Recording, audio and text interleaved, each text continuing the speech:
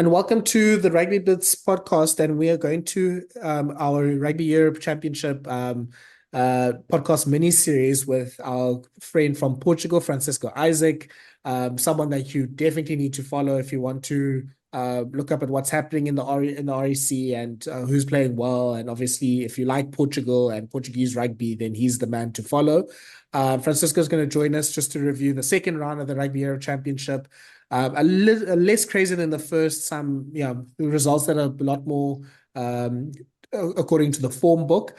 But yeah, we're looking forward to going through it with Francisco. I think let's sort of jump straight into it, Francisco, with the first game of the weekend, the Georgia versus Netherlands game. Georgia winning 31 points to 10. Sort of coming back from a little bit of a so-so performance against the Netherlands. The likes of Gorgadze were available because there was no top 14.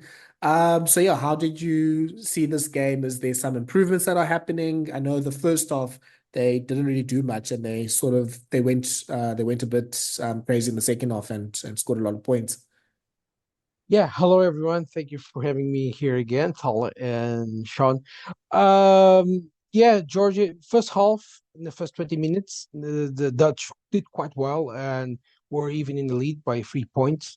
But then when Sharikadze started to, have a footing in the game, and Gorgadze and Jalagone, who started for the Lelos, start carrying the ball with that power that everyone knows them from the top 14, it was over for Netherlands. Nothing against them, but when Georgia shifts to a higher gear, be the third or fourth, they just starting to run crazy and scoring tries.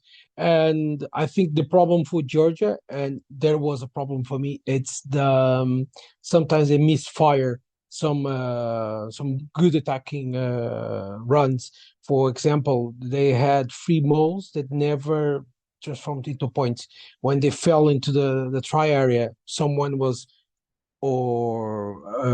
below, or the ref couldn't see the ball, so it was a drop kick from the try line.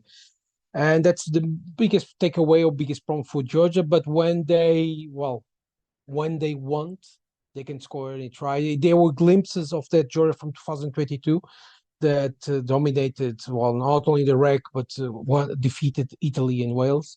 And with a team that still has a lot of newcomers, like Irakli Aptsauri, Kaladze, Karkadze, which between them they have like 14 caps for Georgia. It was good to see. They're missing some quite of the best players in the pack, but even so, they show that they're still the bosses in the Men's Rugby Europe Championship.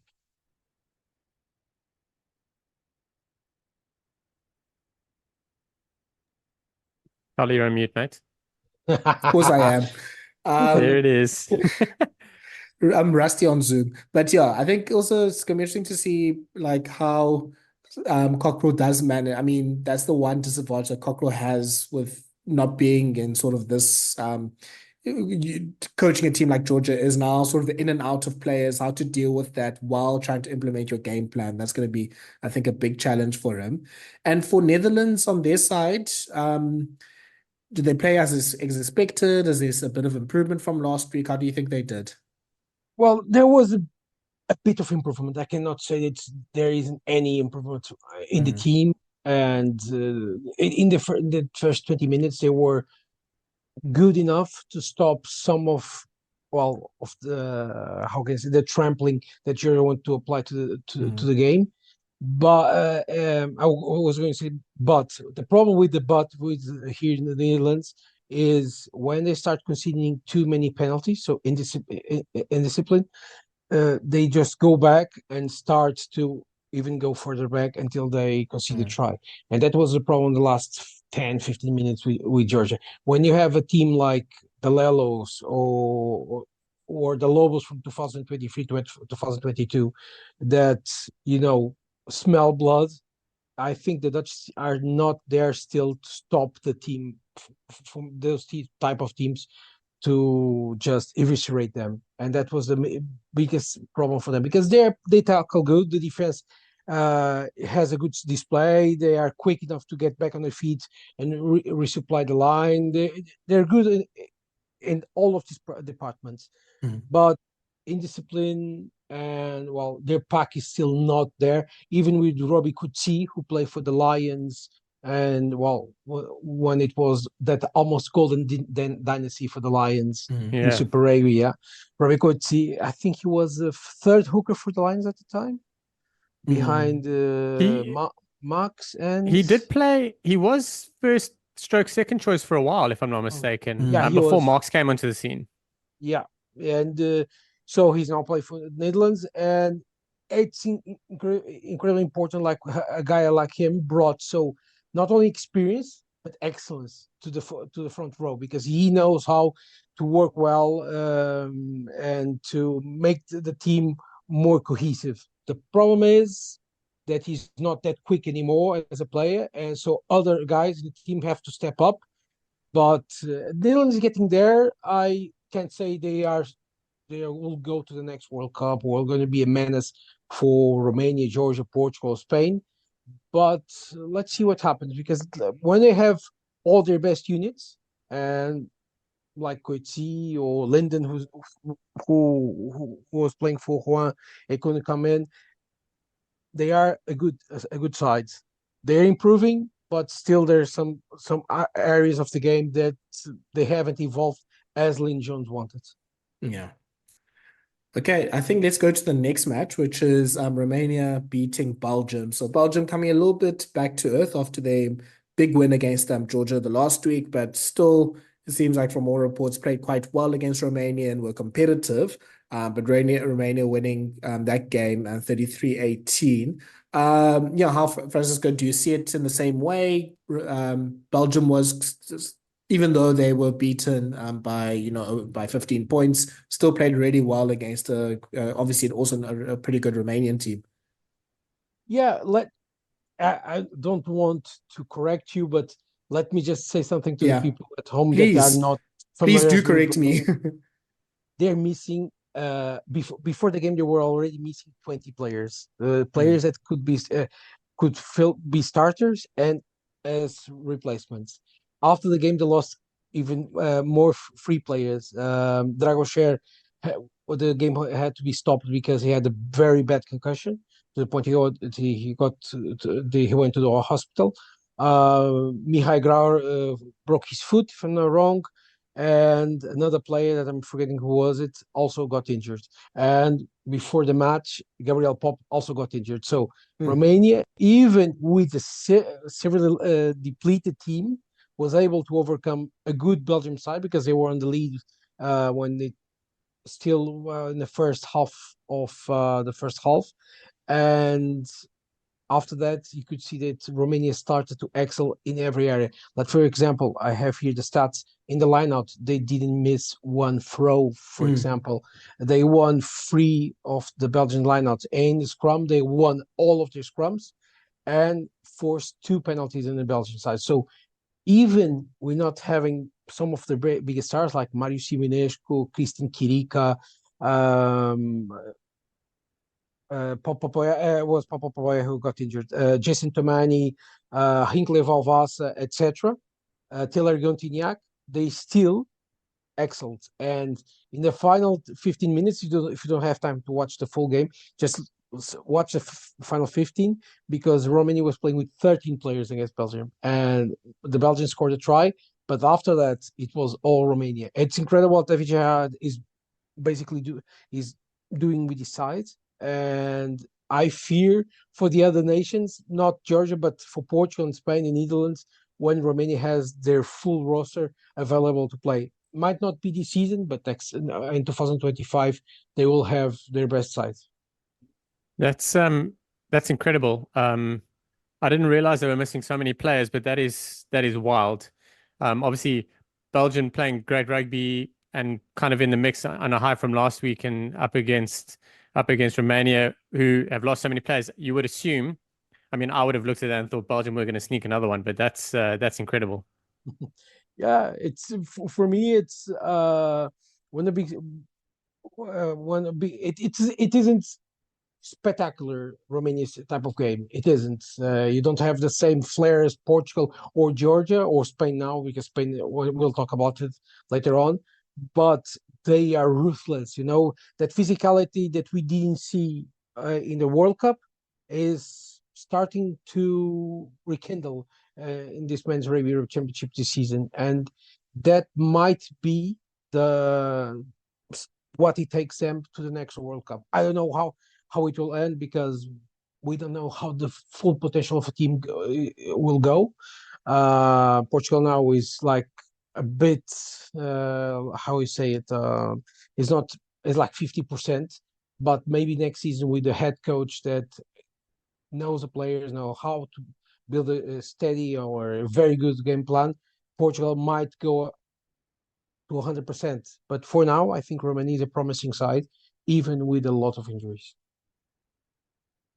Okay, that's very interesting just to see like the growth of those two nations. And yeah, I think it's so cool to see like Belgium also putting things together even through their challenges as well. But yeah, Romania, we know the story obviously from the World Cup and the last year or two, and the Robinson him leaving the job as well the year before the World Cup, and the mystery behind that. So yeah, it's interesting. It's good to see that they're now putting the performances together. I think this is sort of the main course or the dessert for you, Francisco, is to talk about Portugal's 54-7 win against Poland. So yeah, things are sort of more back to what they were. You'd believe. I don't know. Is it fair to say Poland is probably at the bottom of the teams right now? Poland, yeah, if you could, it's Poland and Germany both, because none of them scored 7 point. You won't understand me. A bonus point. Yeah. So they are currently with 0. Of course, if you see the points scored and points conceded, Poland is below Germany. But that's for now. It doesn't matter, because even if they qualify in fourth, they're going to play against, well, it's going to be Netherlands.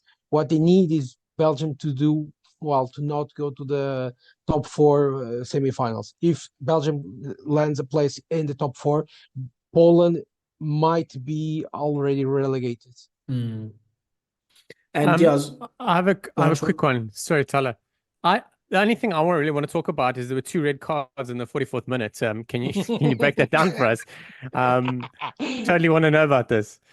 Well, it was very strange, because I was commenting the game on the broadcast for Rugby Europe, and well, Hugo Camacho scored his 3rd try, and while Angus Trode was saying, "Oh, great try, well, great run," and we were commenting about it, suddenly we could see that, well, Camacho scored, and 10 seconds after it, he started running to somewhere, and the camera shifted, and there was a big kerfuffle. I don't understand what happened. I think it was after the maul. So the try is a great one, because it was a maul. Both teams were waiting just to see where the forwards wanted to take it, and then from nothing, Hugo Camacho played in quickly and they scored a try. I think there were some punches. It got a bit violent there. It got for who was watching outside. It was, well, fun and so on. But I think the match officials did well, because they didn't give a single chance for anyone to rebuttal. No, it wasn't me. David Wallace did that. What most players do. That me. It wasn't me. Might not have been him, but well, it's without a TMO, because the Rugby Europe competitions don't have TMO, and and I don't want to talk about it, because it's more the responsibility from we need sponsors to have it, because it's something that's very costly and expensive. But if without TMO, I think the referee signaled those 2 players, but I think against Belgium, for example, when you don't know who was it, we could go the old school style. You pick the captains and they get the yellow card or red card, because, well, they are the leaders of either camp, and they are going to be the role models. But it was, I think, from what I have heard from some players, it got nasty and hot in 10 seconds, and after it, because somebody started to grab, all went down and calmed, but they didn't expect the red cards. Oof, interesting. Referee and team are making a big statement there. I mean, referee and the linesman, should I say? Yeah. I think the linesman caught David Wallace doing something, and because it was like this, David Banaszek, that the Polish number 10, did something, and Wallace reposted and did also something that was as bad. So they had no choice by giving a red card for each of There you them. go. Yeah, then just the other big significant thing from this match, as you mentioned, Hugo Camacho with a hat trick of tries in this game. Obviously, Samuel Marks is, I mean, he can't play rugby forever. We're not sure yet. He might be like Ron Pienaar in South Retires. Africa. No. He might play until he's 50. But Yes. yeah, is there more information you can give us on Camacho? Like, yeah, what kind of player is he? Okay, Hugo Camacho is a espoir. He already played 3 games for Bayonne top team, and not this season, the last one. And he reminds me of Samuel Marks, not in the kicking area of the game, but the eccentricity, the energy, because he's always quick, and never stops. Is always looking to create something different. And when Samuel Marks started for Portugal, he still is this way, but he's older now, so he doesn't have that same speed. It was like that. Samuel Marks came to play for Portugal, and the problem was the Portuguese team couldn't deal with his speed and pace, because it was unreal. And Samuel Marks had an amazing career for top 14 and then Prodeda. And Hugo Camacho, I think, if he grows as a player, can go in the same path. The problem now is if he can get to the next level, which is to play more games in top 14 or top 14, whatever you go call, or if he should exit to go to the Pro D and get senior minutes, because against Poland he can do this. Against Belgium, the second half was quite good for me. And let's see now against Romania, because that's the big game. And now we're going to see if he has what it takes to face a stronger side. Of course, my opinion is he won't do as well as he did against Romania, but you can see some players that have, those pieces of skill. They say, this guy is going to go big, or that guy has stagnated and won't go to the next level. I'll give you an example. Pedro Lucas, the scrum half that was the shadow of Samuel March for the last 3 seasons. When he was 18, 19 years old or 20, I reckon him to be the next great halfback for Portugal. Problem is, he stayed in Portugal and didn't grow as a player. And now for me, he completely stagnated. He is very good passing the ball, etc. But his game comprehension is not up there to play a game against Romania or a high pressure game against Belgium. And that's what I know. He got injured early in the game, like in the first half, but you can see that something is missing. Hugo Camacho has more time, and is espoir in France. They give you the sufficient input to make it big. Then depends on well, it's all to him to get to the top level, or to become just a national deux player. Then it's up to the players. Just also see that Lucas played on the wing this weekend. Is that correct? Lucas Martin, which is Nicolas Martin, younger brother. Okay. Okay, that's really cool. He's not with is he with a French club as well? Lucas, yes, playing in Blagnac in the National. So, as you know, the French third division. Yeah. Last season, he scored 7 tries, which was quite good. 10 games, 7 tries. But this season, he played a little. I wasn't expecting that game from him against Paul. I was not expecting.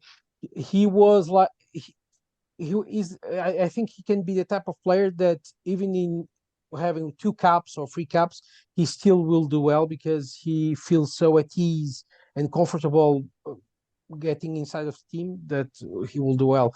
And against Poland, he was one of the biggest surprise. And it's going to be hard for him. Let's not lie, because there's Torti, Manuel Cardoso Pinto, Marta, Nuno Sousa Guedes, Shimon Bento, and he'll come in sixth. But doing this type of game, and Vincent Pinto, let's not forget, doing this type of exhibitions for Portugal might get him in the game sheet more often. Mm. And then just in general, Francisco, is it just Portugal just played a lot better than they did last week against Belgium, or is it they faced a Polish team that's maybe a little bit on the weaker side? Well, like that meme, why not both? Ah, Fantastic. I think it was a bit of. Yeah, sorry, I was just gonna say, you're a really good rugby analysis when you can say, no, it's actually a bit of both. It's a bit of both. I think Poland in the first I said this already 5 or 6 times in the last 5 days, but problem for Poland was those 2 early Portuguese tries in the first 5 minutes. It broke them. Yeah. And when I saw them scoring their first try and just like being behind by 7 points, I thought, okay, this game might be more competitive than everyone thought. But then, well, indiscipline, their forward pack didn't do well. I explained that in the broadcasting, because a team like Poland that doesn't have a backline that can shift and play quickly and put and give enough problems to Portugal, so the Portuguese side should always kick the ball or kick more the ball. Needs the forward pack to be dominant or at least contest, and you could see that they weren't able to do it. They lost a lot of scrums, a lot of lineouts, a lot of mauls. All the scrums penalties they won was because of the Portuguese side that tried to get a step ahead before the ball being fed to the scrum, and it was not because of an advantage that the Polish had in the pack, and that I think was the main problem. But at the same time, Portugal with Pedro in the center pairing with Tomás Appleton made things easier. As well, Manuel Cardoso Pinto had more space to play. The problem for Portugal against Belgium was playing in Mons. It is a more closed pitch. The fans are more close to you. I don't know. I'm not going to say I know the width and the pitch size, but it seems for me that Stade Nacional is a bit bigger and a bit, not long, wider. Wider, sorry, and that helps a team like Portugal because they can start doing slick passes and so on and play quickly. And against Belgium, that didn't happen. And for this match, you could see the game plan actually clicked. Team wanted to play more as a collective and not as only individual players. The support was also there when the run made a clean break, and with against Belgium that didn't happen. If you can watch both games or first half against Belgium or do this. Watch first Portugal's first half against Poland and second half against Belgium, and you can see the main problem is when Marta Sorti do a clean break or almost a clean break. There's no one next to them to deploy the ball, and they continue to play quickly like they did in World Cup. There's someone next to them, but not coming at full speed. Just waiting for the ball to get it and just having a crash carry, like I call it, because they're just going to bounce on someone who's next to them and won't do any damage to the other side. And I think that's what the main problem in Belgium. It got better against Poland. But now against Romania, I don't know what will happen because Romania is a fierce team on the pack, on the high ball, and for Portugal to win in Bucharest, which they haven't done since 2009, it's going to take everything from them. Yeah. Oof. It's a big game to look forward to. We have that actually next weekend, and very interested to see how that game goes. Think it seems like both teams are meeting each other at like the same level, which is also going to make it really competitive. Let's finally go to the Spain-Germany game, final game of the weekend, and Spain winning 27 points to 5, and probably almost the best clip on social media for rugby this weekend is the fans flooding the Stadio Universidad Complutense to hopefully I've got that pronunciation right, in celebration of Spain's victory as well. So yeah, you can just see, yeah, like that obviously is just something that everyone would love to see. And everyone wants to be in the position of celebrating their team winning. Yeah, Francisco, just on at least on the field, it seemed like just Spain had good control over the game throughout the time. They consistently scored points and built up a lead against the Germany team that's proving to be quite competitive, even after giving Georgia a good game last week. Yeah, definitely. Let's start with the Saffas and then we go to the game because Yeah. let's change the combination. There were two South Africans that I think there three more, but the two that did really, really well. On the Spanish side, J.W. Bell scored the try and was amazing as a fullback. Bell had some problems in the last 4 years with injuries, coming back, losing form, gaining form, get injured again.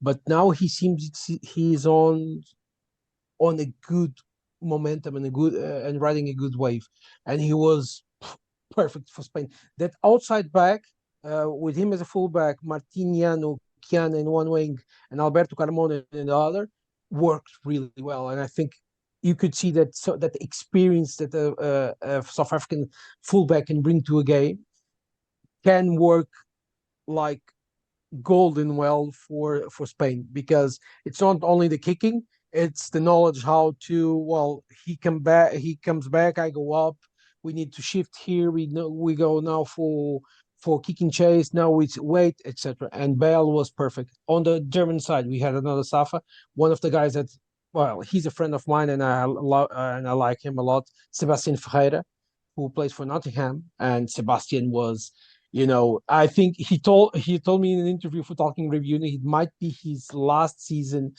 playing as a German international. So if it is, well, they are going to miss him, because Sebastian is, well, a person to be reckoned with. He can play, well, as a lock, as a blind side, as open side, or number 8.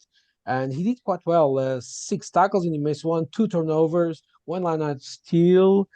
Let me have here something. I had this written down. Just no, not this.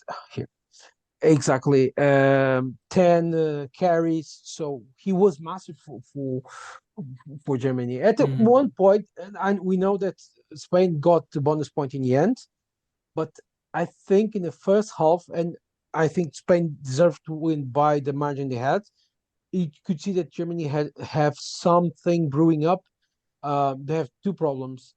They don't have youth grades at the moment as a national side, so they skipped the under 18 and under 20 Rugby Europe Championships in the men's side, which is awful in my opinion, because you don't put your best kids playing against the opposition you play as a seniors. And they had most of the players who play in the Bundesliga, and the Bundesliga is out until March, from November to March, which is, well, it's impossible to have game form without games. Like, you can do all the Broncos you want and all the gyms and all the burpees, whatever you want, but if you don't have game form, it won't bode well for you. For example, Belgium. What did the Belgians done with the what type of pause they had going on in club rugby? They picked up the national side and went to England and to France to play against some sides. So the players that are in Belgium could have game time, develop some skills, get the line out in the scrum going on, etc. And even with those lacking in those 2 departments, Germany still pushed the game against Spain and still pushed the game against Georgia. This weekend they're going to play against Netherlands. It's going to be a fun game. It's going to be very, very, very fun game. I'm so happy to hear about Seb having a good game. I played with him at Hammies. He was played with us for a season, so I've been keeping an eye on him. Bit bummed that he's leaving, but yeah, that's great to hear. A pretty good shift, I won't lie. And he actually never played 8. He always played lock with us. So I didn't know that he played at 8, but that's good going. Yeah, when I saw the team announcement, I kind of laugh because I know Seb is strong.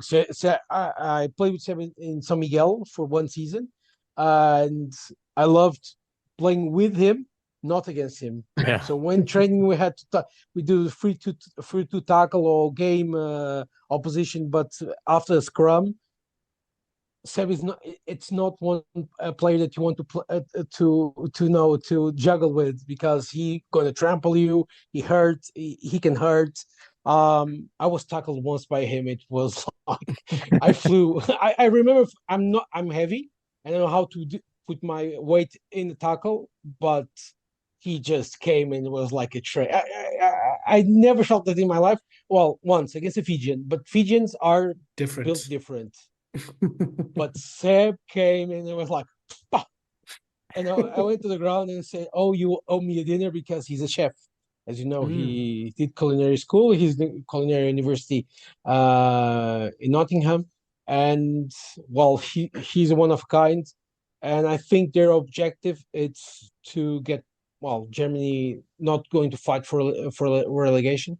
They finished in sixth in 2023, so only if Poland finish in sixth and them in eighth could mean that they go down. But I'm not seeing that happen at the moment. Yeah. Francisco, how much do you know about the lock Cameron Lindsay? Because he also played in South Africa for a long time. I actually know his family pretty well. He was playing in my class in KwaZulu-Natal, for the South Africans listening. I think he was at the Griquas in the Currie Cup final in 2022. I think he was a starter for the Griquas, if I'm not mistaken. So yeah, I'm actually a bit surprised. I'm not too sure. Yeah, I knew the family. I don't know they had German citizenship or whatever. But yeah, do you know anything about him, Francisco? Cameron Lindsay played. I think he was first cap this weekend for Germany. Yes. Wrong, because in the first round was Hyan and Hima in the pairing locking, and it was Master who came from the bench. So it was Cameron Lindsay's first game. He played in Italy also one season ago, I think. Yeah, for Rovigo. I'm seeing here in my notes. So he did quite well, I think. Look, I have here the stats, and I can say to you, this is no secret. And let me go to the lineout. So Germany had a total of 21 lineouts and won 17. So they lost 4. But the Spain won every single lineout they have. But Spain have been working that very well. They have Mario Pichardi, who plays for in the Bucks division in England. Yeah. And he's a great player. Matthew Folds also. And I think if you watch the game, you're going to like Germany. You're not going to hate it. It's not, as Romania is not an amazing attacking spirited side, but they can carry, they can move the ball, they can kick it, they can chase it. And I think their problem is the same as Georgia. When they have opportunity to score tries, they just misfire. And it's against Spain, they lose 4 tries while in the verge of scoring 1. Congrats for the Spanish in the breakdown, because incredible going for the jackal. But you can see that they do a lot of work between the midfield and the Spanish try area.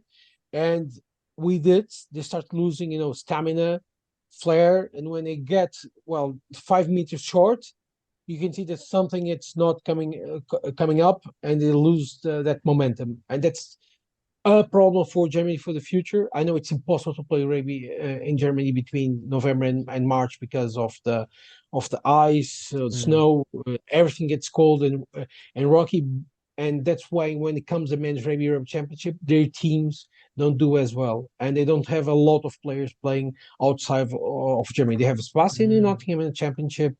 They have also, I have it here. Give me a bit. Let me just.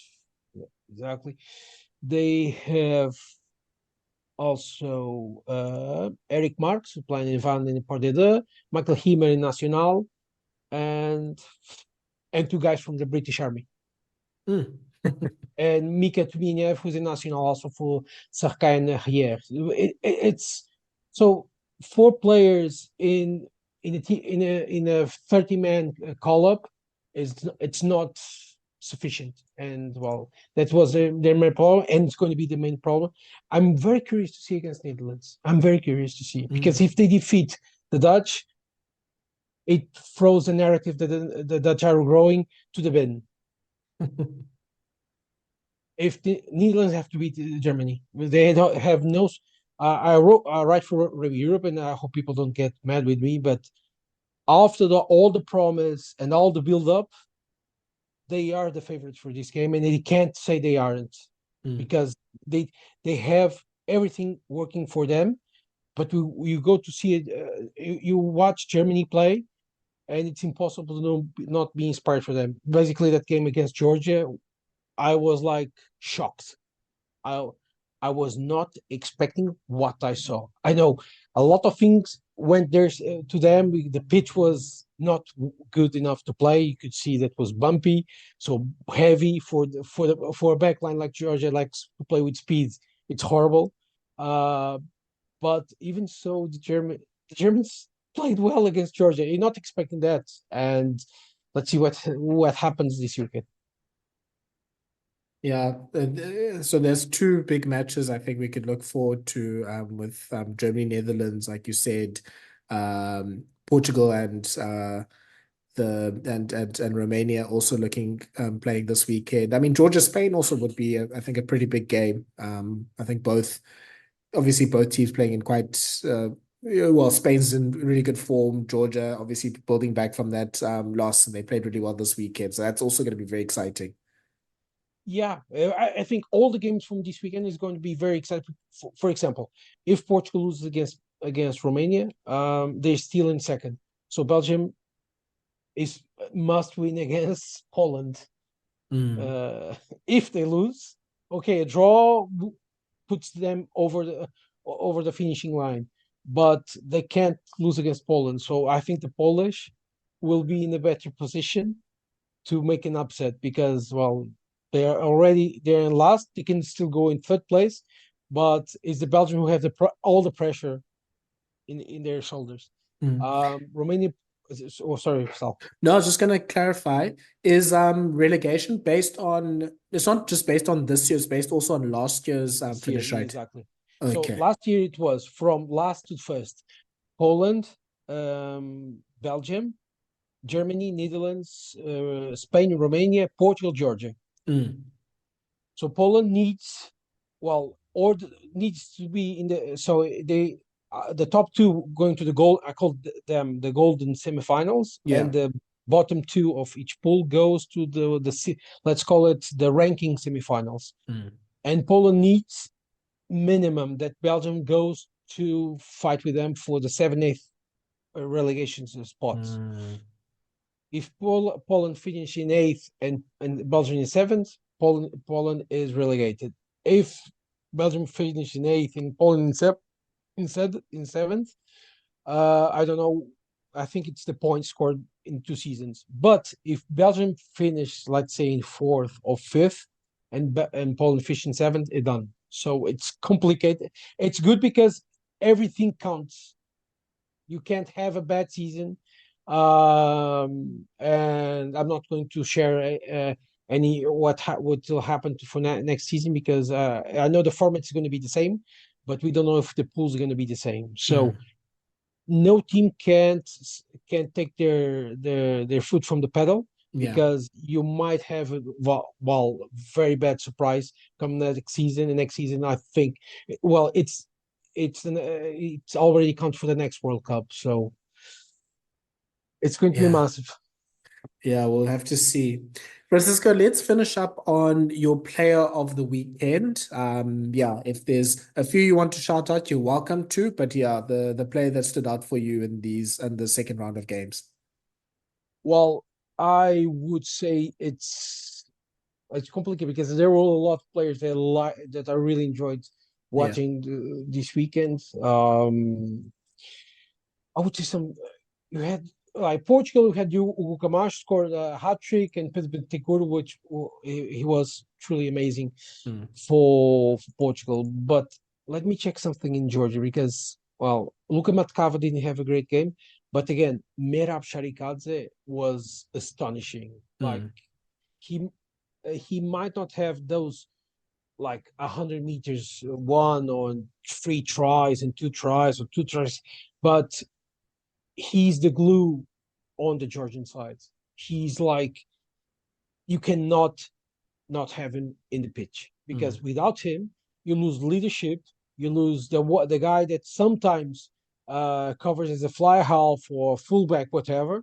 And for me, it's Sharikaze or Beka Gorgaze, because you saw Gorgaze came into the team. He missed the first round because of Section Paloas for the top 14. And Gorgaze in the team is like massive. The last player I would say it's Martiniano Kian in Spain, because he's having just an astonishing season. You have to watch one of the tries. I think it's the last. I think it's the third try, not the last one. The third. Let me just, because it was ludicrous what he did with the ball. Someone passed him like Crawley's offload in the face of the contact, and in the first moment it seemed that the ball was going to bounce out of his hands, and he starts doing like this juggling for like 6 meters, caught it, offloaded, and ended up being a try. Amazing. It was incredible. Yeah. So if I had to pick one from those three, I would say Merab Sherikazi. And then if there was, I guess we can also do this, a Safa abroad, as we call it, of the week. I guess it's Sebastian Ferreira. No, I would say it's JW Bell. He scored. Yes. Yeah, he scored a try. He was immense under the high ball.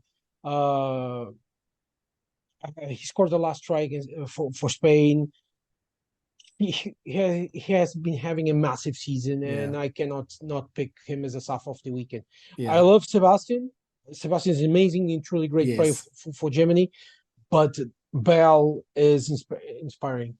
Perfect. Okay. Thank you so much, Francisco. And yeah, like we've just alluded to, we have a big weekend of round 3 games to look forward to, as well as we sort out who's going to be in the semifinals and the placement matches, as well. Big consequences, relegations on the line, but also obviously winning the Rugby Europe Championship is on the line for teams as well. So looking forward to a big weekend, and we'll hopefully have you next week, or we'll definitely actually have you next week just to talk us through that as well. So thank you so much, Francisco. Thank you, and let's have another great round of men's Rugby Europe Championship. Fantastic. And you know what the drill is, to all of our Rugby Biz Stir trackers, like and follow us on our social media channels to keep up with all the content and what's happening in the rugby world. And please like and subscribe and rate this podcast as well. Give us some 5-star ratings. It's make sure that the gospel of rugby goes to each and every place that we can. Hopefully we can see this being the top podcast in Spain and Portugal and Germany and Poland as well after this weekend. And yeah, we're looking forward to another great round of the Rugby Europe Championships next week. So thank you so much. Have a lovely evening.